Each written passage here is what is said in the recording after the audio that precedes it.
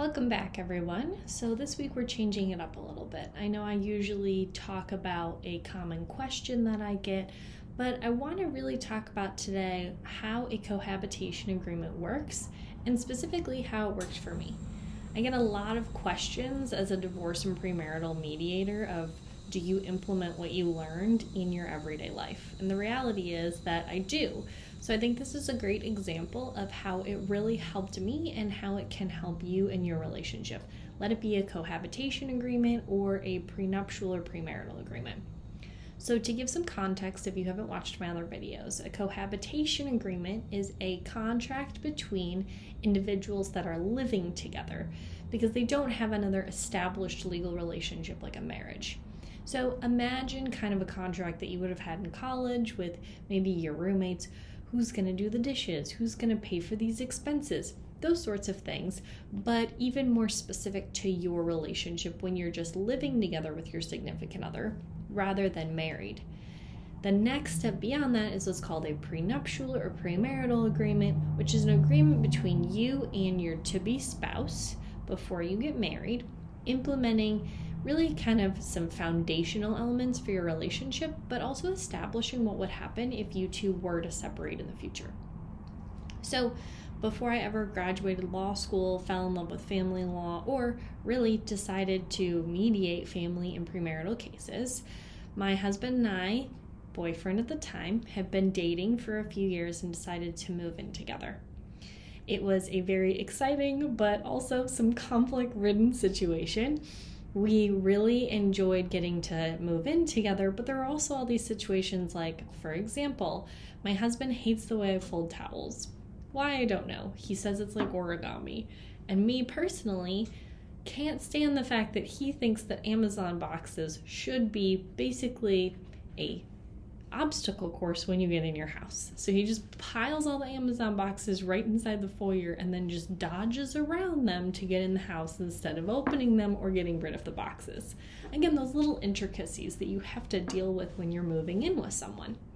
So we had been dating for years, living separately, and we move in together. We're dealing with all these intricacies of combining our stuff, having to dodge Amazon boxes or fold towels in origami. And ultimately, we were really trying and struggling to handle our finances. So at that time, I was a law student, was making no money except for my part-time jobs, and my husband, again, boyfriend at the time, was an engineer, bringing in a great salary. He had purchased the condo that we moved into together, and we were having a lot of conflict trying to figure out the financial piece because we hadn't combined our finances. So, for example, he was taking on the mortgage while I was taking on groceries. He was taking on food and eating out while I was handling utilities. But there was a lot of conflict around that issue because we had different financial lifestyles. I was still eating ramen, and he could go out with his friends and enjoy an evening bar hopping or having fun. There just wasn't that option for both of us, and so it was causing conflict because we both wanted to be the independent people that we are and support one another in our relationship, but we were struggling with the financial component of it. So ultimately, we decided to do a cohabitation agreement and put our finances together. What that looks like and what it looks like in writing a cohabitation agreement or writing a premarital or prenuptial agreement is looking at all of your finances, if that's a piece that you want to combine, to figure out what are you going to take on and what is your significant other going to take on. What things are important to you, what are important to them. Or is one of you a spender? Is one of you a saver? And also, what are you going to protect as your own if you were to separate? So we went through all of our expenses. We agreed on a budget that could work for both of us with our combined incomes, and we put our bank accounts together. And guess what?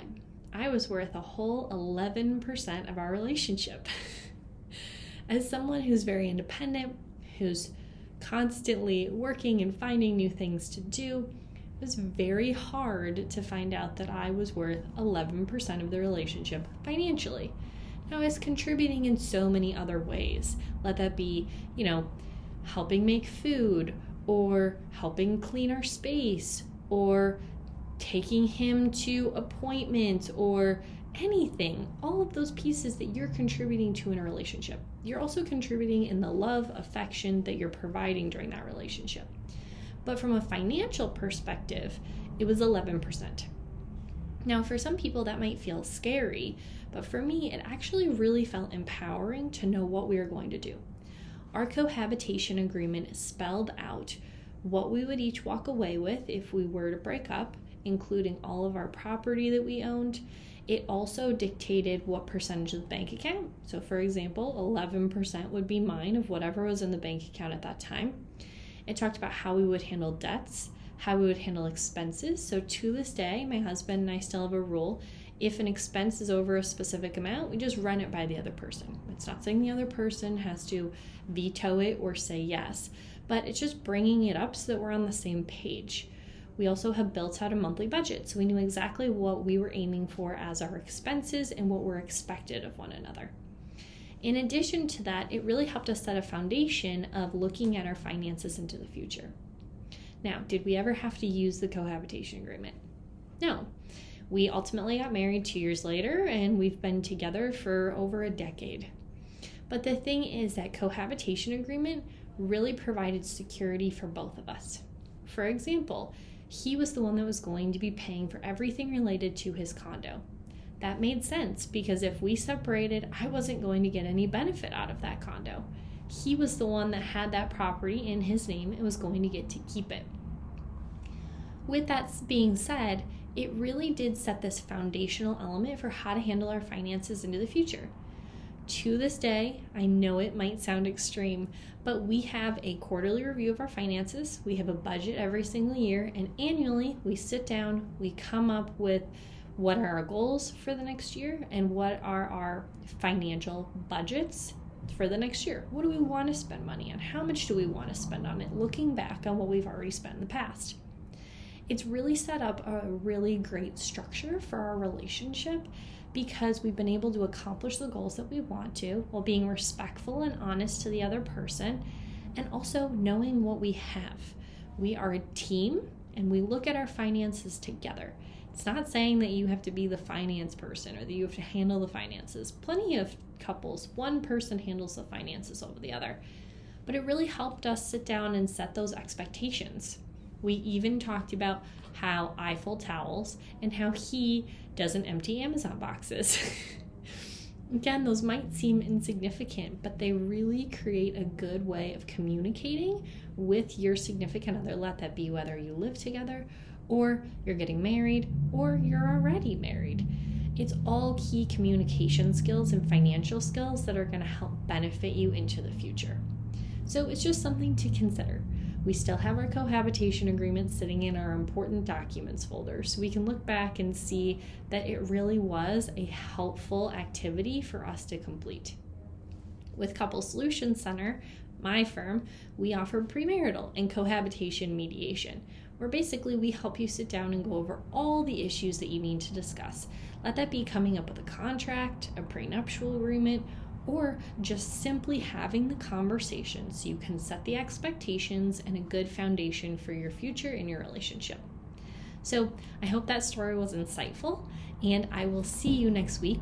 In the meantime, please check out our other videos. Feel free to comment or ask questions below, and have a wonderful week.